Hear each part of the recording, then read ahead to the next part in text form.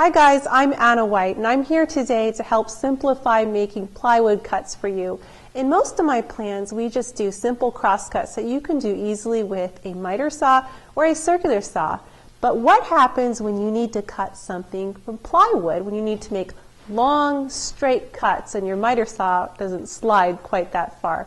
Well, here's a simple trick that I use at home to make really straight, even square cuts the easy way.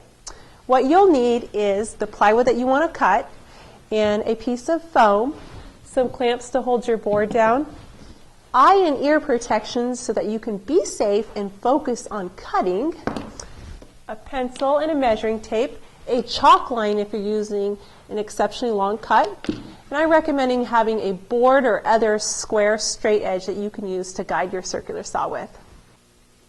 First, let's work with our plywood. Factory edges are very trustworthy and should be square.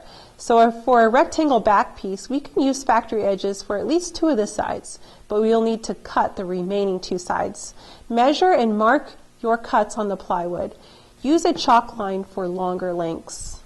Lay the plywood on top of a piece of foam.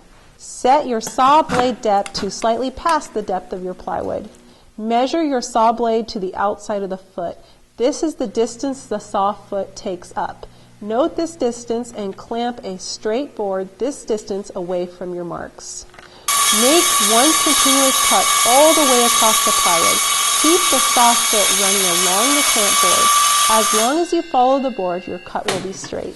Reposition the clamp board to make the second cut, with board again positioned accounting for saw foot width. Make final cuts on plywood to finish your cuts.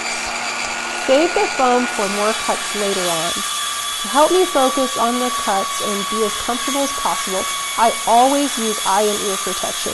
For working indoors or with MDF, I also recommend using a respirator to protect your lungs. Don't be afraid to use your circular saw to make nice, straight, long square cuts with this little trick. I hope this tip helps you make your projects better and easier. Thanks for watching.